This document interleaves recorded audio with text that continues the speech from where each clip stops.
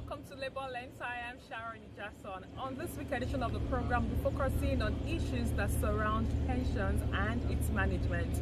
We also have news stories for you. We will be right back.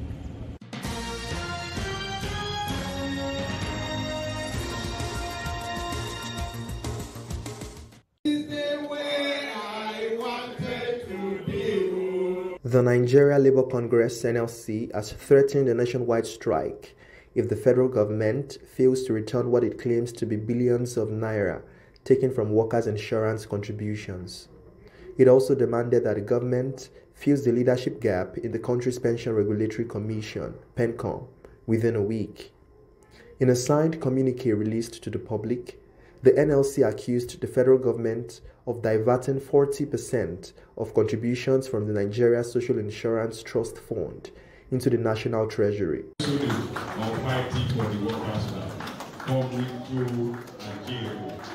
This fund, which is financed through payroll deductions from millions of workers, is intended to provide financial protection in the event of injury or job loss.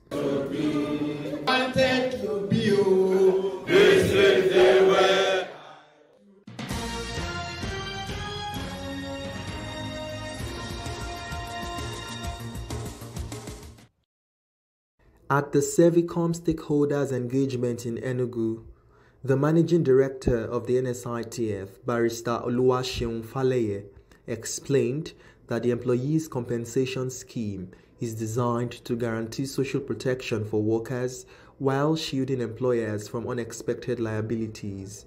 Since inception, the fund says it has paid over 138,000 claims to workers or their beneficiaries across the country.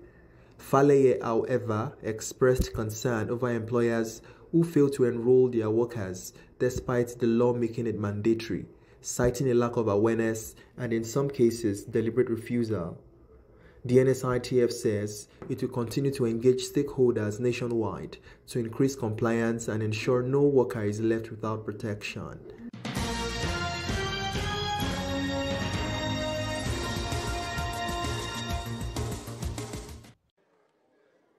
At the NECA House, TUC leaders, workers, and industry experts discussed the growing need for a future-ready workforce capable of adapting to economic shifts. The event emphasized the need for capacity building, financial literacy, and strategic engagement in the agricultural value chain to secure workers' future beyond their current employment. God has given us huge resources like that, but we have failed to cultivate such resources, to harness and improve our revenue. If we don't grow our revenue, we will keep shifting all the problems till tomorrow. It will never be solved. That is the reality. All Nigerian governors today, they should all be the leaders in pushing people to go back to farm, creating the enabling environment, not just peasant farming, but commercial farming, because that is the tool that could easily trigger growth in Nigeria. Nigeria as a country, we don't have any business talking about a GDP growth of 3%. The potentials are there. The human resources are there. The land is there. The solid minerals, they are all there. But because of the money we get from crude and the way our country is structured, until we look at the fundamentals, it will not work.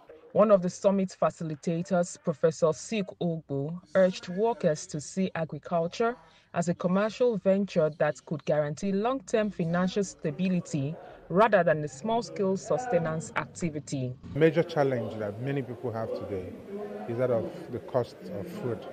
The cost of food has continued to go up, and we know that there is hunger in the land. If we can interest members of this union in looking for opportunities in the agricultural space, I believe that will not only help them to expand the revenue stream that they have or that they can have, will also help them. They will also be helping the country to supply more food and even help the government to achieve its goal of making Nigeria, a country that exports food. Amidst practical workshops, mentors sessions, and actionable roadmaps, the summit aims to help workers transition from traditional employment into profitable agricultural ventures. This ensures they are not just prepared for today's challenges, but positioned to thrive in the economy of the future.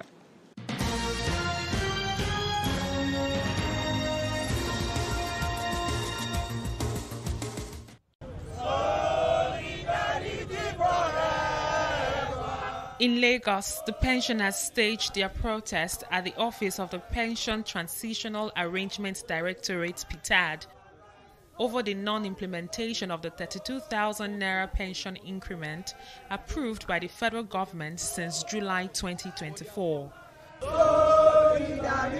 The protest also bordered on alleged mismanagement of palliative funds meant for senior citizens and what they described as continued neglect and injustice. The chairman of NIPO's branch of the Nigeria Union of Pensioners (NUP) in Lagos said the federal government approved the 32,000 naira increment in pension due to hardship caused by subsidy removal, but they have not received it almost a year after. Since that July 2024, up till now, they are not implementing that money on our pension. Now, we pensioners say that no to that, because the money I receive now is nothing compared with the economic reality of this country. So we are now saying no to that. We want the full implementation of that 32,000 naira pension increment on our monthly pension now. We will not leave PTAD office in Lagos until concrete promise is given that 32,000 naira pension increment will be included in our August 2025 monthly pension. We are appealing. We know Asiwaju. We are the ones that voted for him. And he has promised we, the pensioners, that he is going to see to our plight. He is going to make us proud. He is going to make us laugh. And where are the promises now? It is yet to be implemented. In a press statement released by Olugbenga Ajayi, the head of corporate communications at Pension Transitional Arrangements Directorate, it states that the federal government agency has disbursed 5.12 billion naira pension arrears to 90,689 retirees under the defined benefit scheme. The pensioners say they are owed up to 108 months of pension arrears. On the Profile interview segments this week, I'll be speaking with the spokesperson of the Nigerian Union of Pensioners. He tells me there's a need for the Pension Act to be reviewed. He also spoke about the challenges pensioners are faced with in the country. It's good to have you on the program. Thank you very much. A lot has been happening in the world of work. On this episode, we'll be focusing on pensioners. Right now, there's been a lot of pockets of protest across Nigeria from different spheres of life as regards poor pension payment. What's the take of the Nigerian Union of Pensioners at this moment? Thank you very much. The Nigerian Union of Pensioners, as the umbrella body of all pensioners in the country, we're worried and we are very much concerned. We have made several contacts with PTAD, and as I'm talking to you, we are still connecting with PTAD on the issue on ground, how to ensure payment of the recently approved pension increase by the federal government. The approval has been given since last year, August 2024, of which the payment actualization of the payment has been hindered. There is a little bit of challenge, I think, from the government end on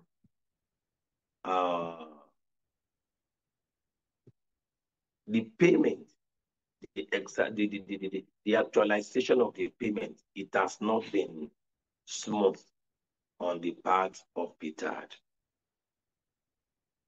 Some pensioners are paid the approved 32,000 naira. Some were not paid. Basically, some were paid partly. They were not paid completely. So all these challenges has been on and on. The union is on it.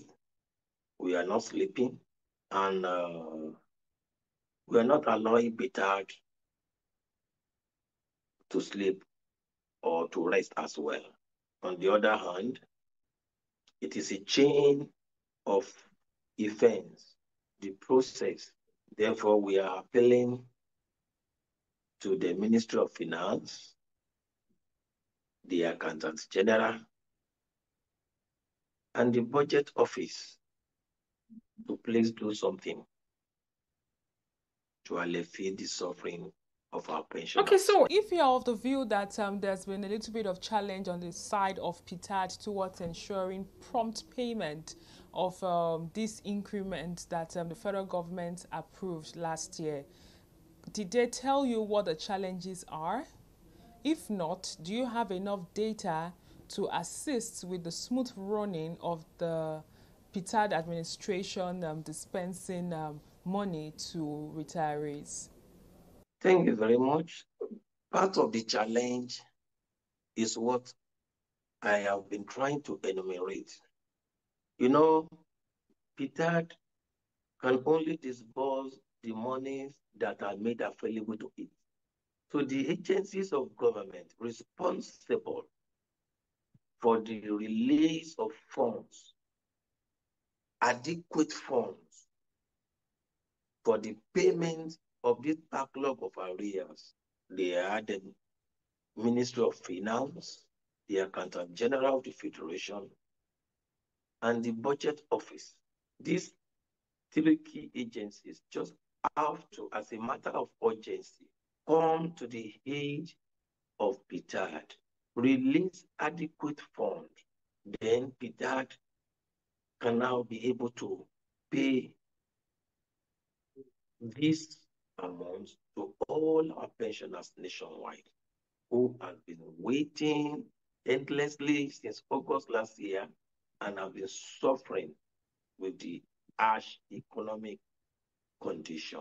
What do you have to say about the Pension Act of 2014? Would you say that the Pension Act protects an average retiree in Nigeria? That is another ball game, different ball game, my dear sister. You are moving from the defined benefit scheme to the contributory pension scheme. The Pension Reform Act of 2014, which was an amendment of the 2004 Pension Reform Act, is saddled with the responsibility of administering pensioners that are on the contributory pension scheme.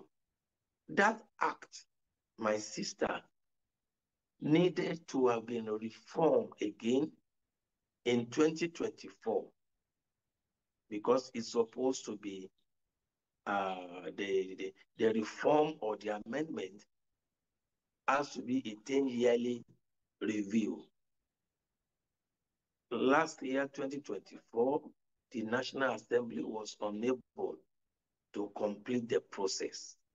I know very well that the process is on, but the one we have on ground that we are still using is the one of 2014. My sister, that act needed to be completely overhauled because so many things that were put into that law, that act, that are not pensioner friendly. Despite you having money in your PFA account, through the pension fund administrator, or what we call your RSA, retirement savings account. If you are not up to a certain age, you cannot access your money. It is out there in Europe that somebody 40-year-old can leave one job, go to another one. Where is the job in Nigeria? So if somebody, for example, is relieved of his duty, maybe at the Ministry of Works, and is just 40 or 42, where will he get another job in the next 2-3 years? That act expects you as a young man to go and look for another job, as if to say job is just there on the street.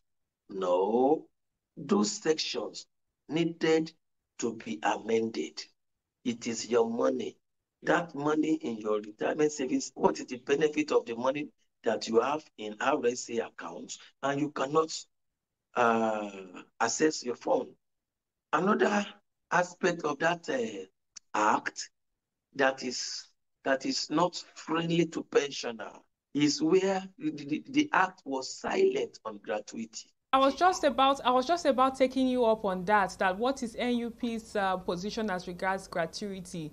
We have many private and even government body that whenever workers retire, they don't give them anything. They just let them go home and expect them to live on their pension payments that will be paid monthly. So has the standard changed? What is the right thing according to law?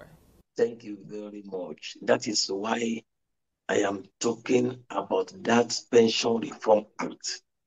Honestly, it serves pensioners no purpose. And workers that are looking towards retirement in the olden days, they no longer look towards retirement. Because when a worker retires from service, you are entitled to a huge sum of money called gratuity. That gratuity is what government gives you to say, well done. And it is big enough for you to go and start a new lease of life. If you're a teacher, a government worker, when you retire at 60 or thereabout, and they give you that huge sum of money, you are expected to go and start a new life, a new business with it. However, in this new Pension Reform Act, that act was silent for whatever reason. Somehow, the people that brought that idea made no mention of gratuity. We have attended several public hearings at the National Assembly. We are still waiting for them to make a definite pronouncement. When the Constitution of the Federal Republic made it clear that pension is a right, never a privilege. But in this act, cleverly, please let me make this point, cleverly, they made a provision for a release of a certain lump sum from your contribution, even though the law says between 25% and 50% of your contribution. The PFA, Pension Fund Administrator, will give you 25% of your total contribution. Let us assume now that at point of retirement, somebody contributed a total sum of 20 million or 30 million. They will just give you 25% of it. Maybe that may be just like 3-4 million naira. What can somebody do with that? You cannot even go into farming with it. It is the remaining balance, 75% of your contribution, which you have in your RSA, that they will now divide for over a period of like 10 to 15 years. When in their own expectation, you are expected to have died. Is that friendly to workers? Is that friendly to pensioners? But we have many Definitely pensioners not. that are still very much alive after 15 years of retirement. So very quickly, how have pensioners in Nigeria been coping? How are senior citizens faring, if I may ask? That is what makes life difficult for them, especially most of our pensioners that are on the contributory pension scheme. life has been a lot difficult. Coping with life has been a lot difficult because this scheme that we are talking about, the Pension Reform Act of 2014, leave pensioners on the verge of what they were able to contribute while in service. And you know that the salaries are very poor. So if you take 20% from your monthly salary of 150,000, 160,000, you take just 20% of that.